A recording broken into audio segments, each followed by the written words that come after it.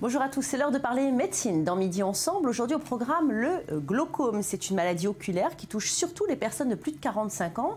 Il est souvent dû à une montée de la pression oculaire et cela entraîne donc une atteinte du nerf optique et du champ visuel. Souvent le glaucome est accompagné d'aucun symptôme. Cette maladie évolue lentement mais graduellement. Et chez la plupart des personnes qui en sont atteintes, des années peuvent s'écouler avant qu'elles n'observent des symptômes. Alors pour en parler aujourd'hui, docteur Dadi, bonjour. Merci d'être là aujourd'hui. Vous êtes ophtalmo, vous allez tout nous dire sur le glaucome. Et Marianne Bougrain est devant son ordinateur. Vous pouvez lui envoyer vos questions sur le mail qui s'affiche en bas de votre écran. Restez avec nous. Aujourd'hui, vous allez tout savoir sur le glaucome.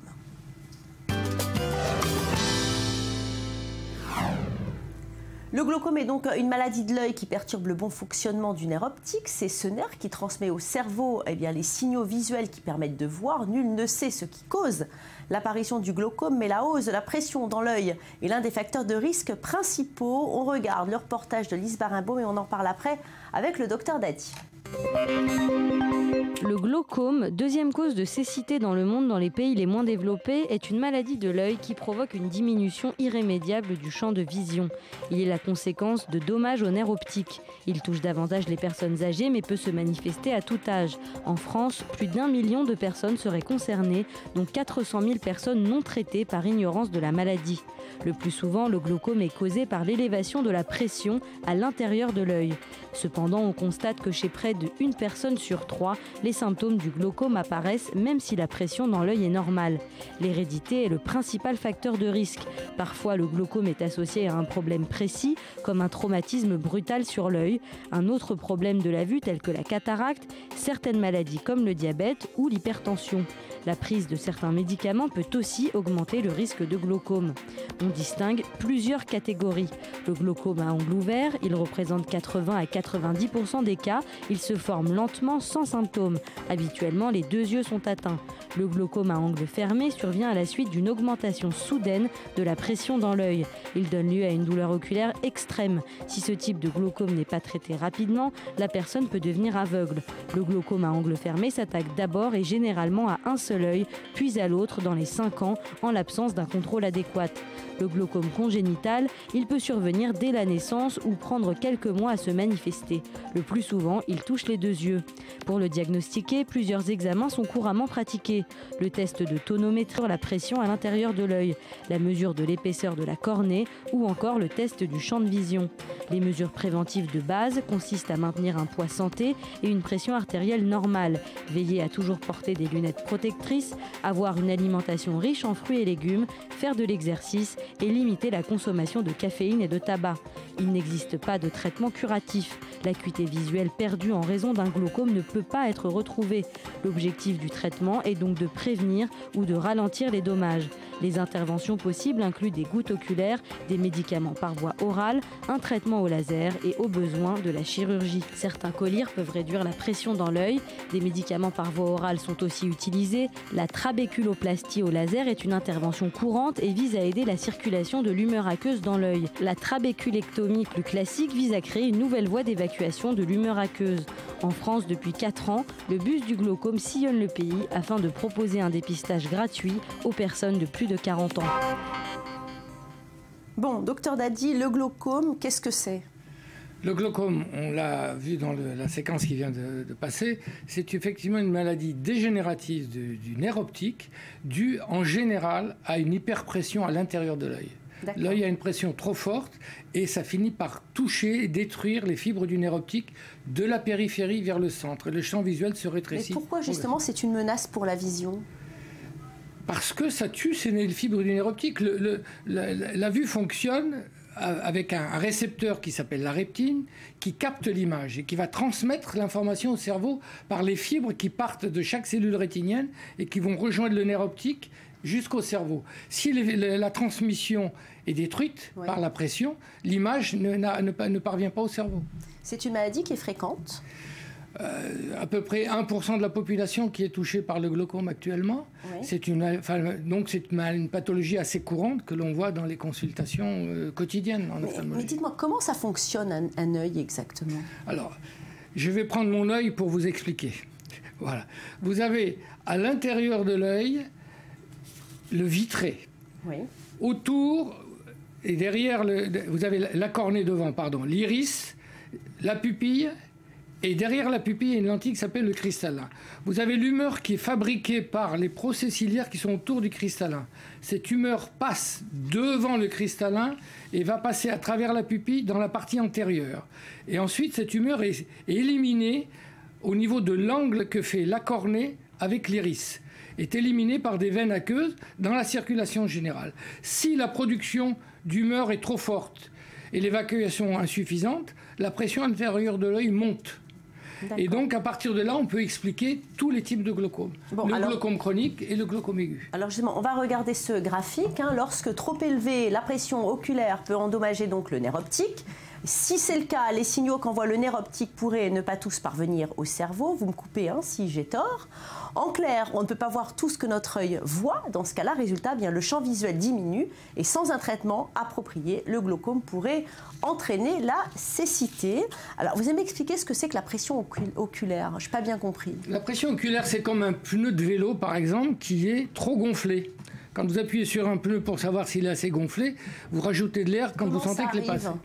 Ça arrive parce qu'il peut y avoir au niveau de l'évacuation de l'humeur, le filtre qui récupère l'humeur qui est à l'intérieur de l'œil pour l'évacuer, si ce filtre est encombré ou s'il est bouché, l'humeur est sécrétée par ailleurs et ne peut pas être évacuée. Donc l'œil, la pression monte à l'intérieur. Si vous injectez à l'intérieur d'un ballon fermé de l'air, le ballon gonfle et la pression monte. Et le glaucome, comment il se développe alors ? Il se développe en fonction de l'importance de cette pression et il va détruire ces fibres du nerf optique et donc la surveillance va se faire à partir de l'aspect du nerf optique qui va se creuser par le glaucome, par la pression à l'intérieur de l'œil. Cet aspect du nerf optique va nous dire combien de fibres restent encore fonctionnelles au vu de l'examen du fond d'œil. Et puis le champ visuel qui va nous montrer l'atteinte du champ visuel périphérique vers le centre progressivement. Mais quand on commence à avoir des atteintes du champ visuel, on a déjà presque la moitié des fibres qui ont déjà été détruites. Et il y a différents types de glaucome. Il y a plusieurs types de glaucome par le mécanisme et par la cause. Par le mécanisme, le glaucome chronique qui est le plus commun, l'angle que fait la cornée avec l'iris est ouvert, mais le filtre est encombré. L'humeur a du mal à s'évacuer. Ça, c'est le glaucome chronique. Le glaucome aigu, cet angle est étroit comme on voit chez les hypermétropes. L'angle que fait la cornée avec l'iris peut se fermer à l'occasion d'une intervention chirurgicale, d'une émotion. Et quand l'angle se ferme, l'humeur continue à être sécrétée. Mais qu'est-ce que c'est cette humeur-là dont vous parlez? L'humeur, c'est en gros de l'eau. D'accord. C'est en gros du liquide. Il y a constamment du liquide qui est fabriqué. C'est comme si l'œil était lavé par cette eau qui rentrait et qui sortait. Et qui apporte des nutriments pour les différentes couches de cellules. En tous les cas, nous sommes descendus dans les rues de Tel Aviv et nous vous avons demandé à vous si vous connaissez cette pathologie. Regardez. Un glaucome, oui, c'est quand on a une inflammation de l'œil, je crois. Oh mon Dieu, parlons de quelque chose de plus sympa. Oui, le glaucome est quelque chose dans l'œil, à l'intérieur de l'œil. Je ne sais pas comment l'expliquer en anglais, mais c'est quelque chose dans l'œil. Glaucoma. Peut-être quelque chose. Glaucome, quelque chose évidemment relié à notre corps, une sorte de maladie. Glaucome, je ne sais pas ce que c'est, je ne suis pas sûre. Quelque chose à voir avec du sucre? Glaucome? Aussi une maladie du baiser? Alors glaucome, c'est une maladie qui touche donc les yeux, qui touche essentiellement, qui abîme le nerf optique et qui se traduit par une augmentation de la tension oculaire. Et donc actuellement, on a des traitements pour faire baisser la tension et éviter dégradation due au glaucome. Et on va retrouver tout de suite Marianne pour les questions téléspectateurs. Marianne, bonjour. Oui, bonjour Valérie. Alors une téléspectatrice de Bobigny nous dit que sa cousine vient d'être diagnostiquée comme malade du glaucome.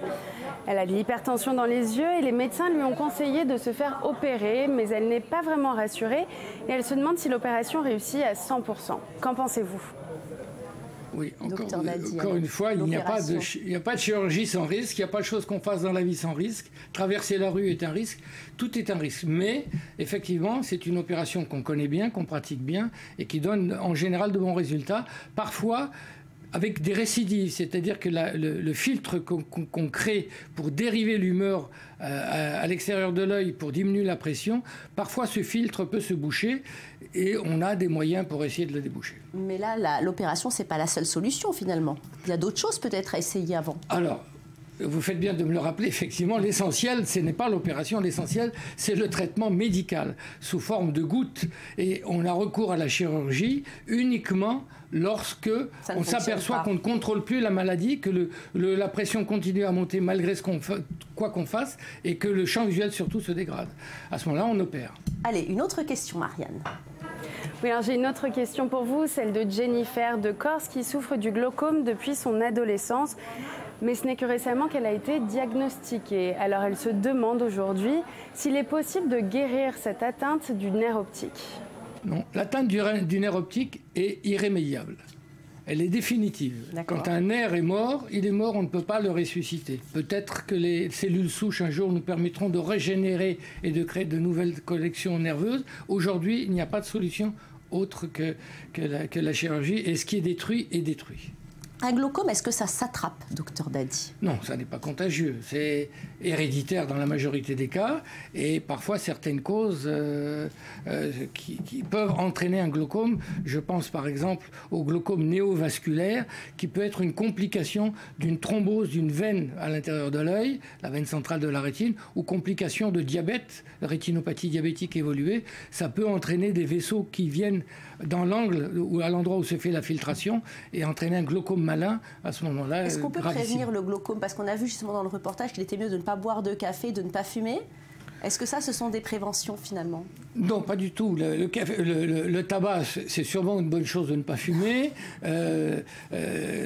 L'alcool aussi, parce que le glaucome est aussi une maladie vasculaire. Et donc tout ce qui peut toucher à la circulation et amoindrir cette circulation est un facteur aggravant.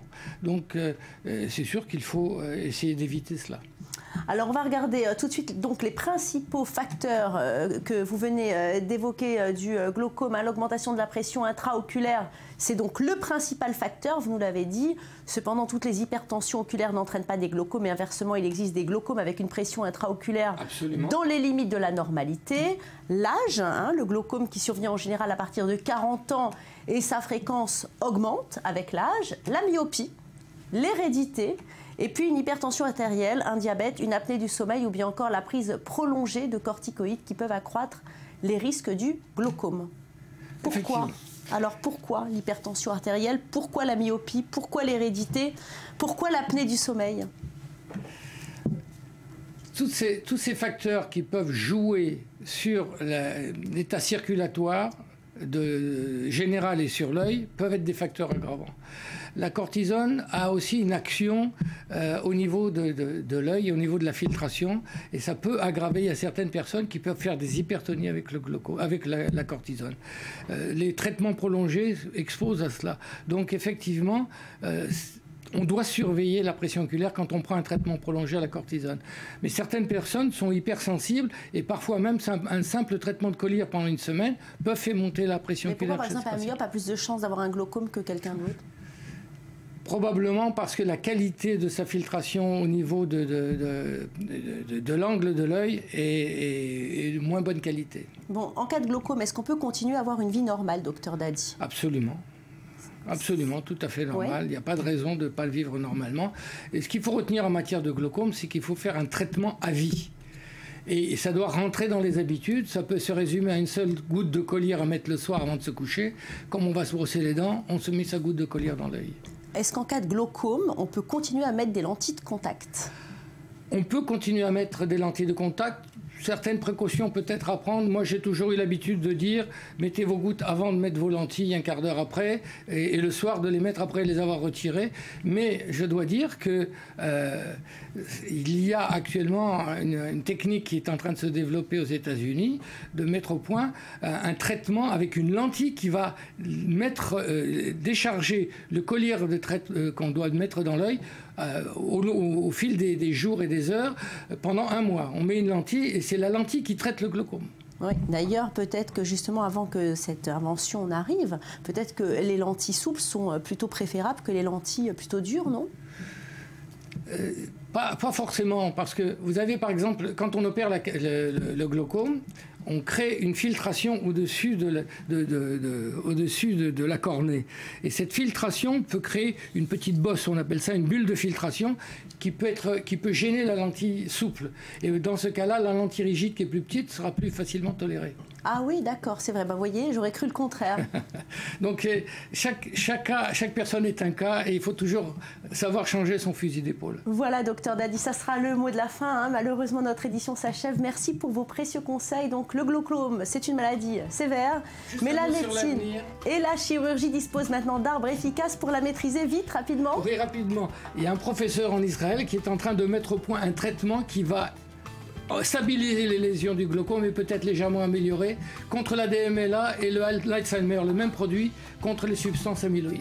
Allez, affaire à suivre. Merci, docteur Dadi.